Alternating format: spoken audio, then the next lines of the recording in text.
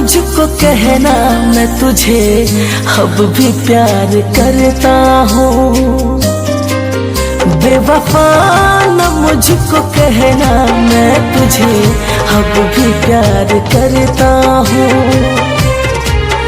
तू आए या ना आए, तू आए या ना आए, मैं तेरा इंतजार करता हूँ।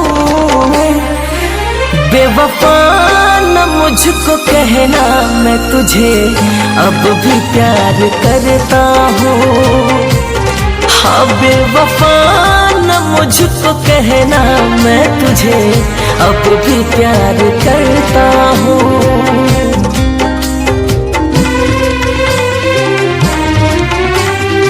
आर.के. मुंतजिर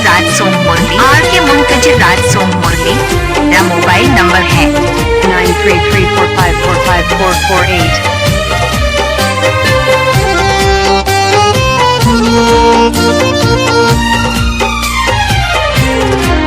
चाहता था कल मैं जितना तुझको जाने जाना, वही चाहत है आज मेरी, मुश्किल है तुझे भुलाना।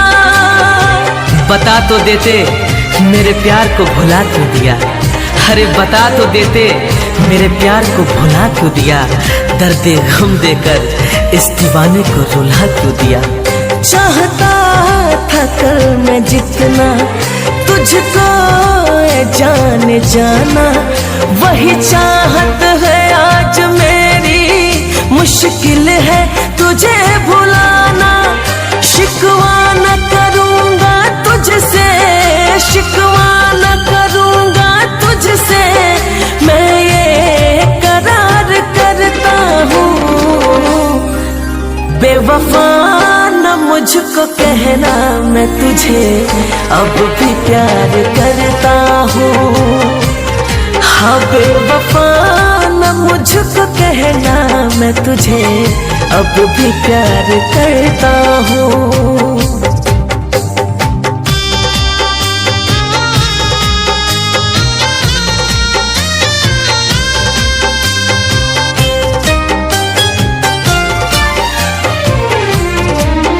तेरे नाम का दीवाना पूछता तेरा पता है, मिलकर बिछड़ गए हम किससे हुई खता है।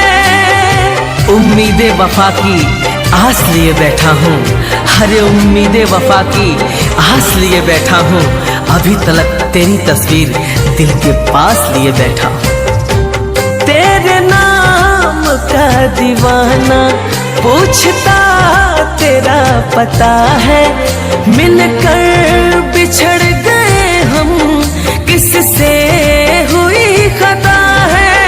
तेरी यादों से अपने दिल को, तेरी यादों से अपने दिल को मैं बेकरार करता हूँ। बेवफा न मुझको कहना मैं तुझे अब भी प्यार करता हूँ। हाँ बेवफा न मुझको कहना मैं तुझे अब भी प्यार करता